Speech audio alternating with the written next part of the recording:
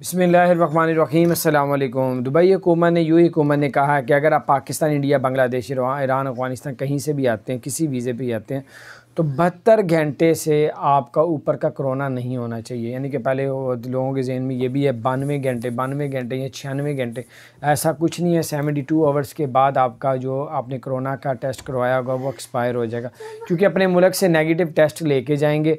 जब आप अपना टेस्ट करवाएंगे, जब आपका टेस्ट लिया जाएगा, उस वक्त से वो 72 घंटों में यानी कि वो शुमार होना शुरू हो जाएगा। ये नहीं कि जब आपको पर्ची देंगे, स्लिप देंगे कोरोना की कि आप नेगेटिव है, उस वक्त से नहीं। जब आपका टेस्ट लिया जाएगा उस वक्त से आपके घंटे शुरू कर दिए जाएंगे।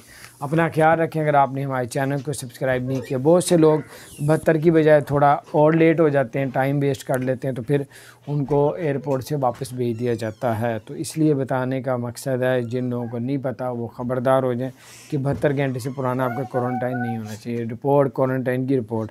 अपना ख्याल रखें। अगर चैनल को सब्सक्राइब नहीं किया दोस्तों।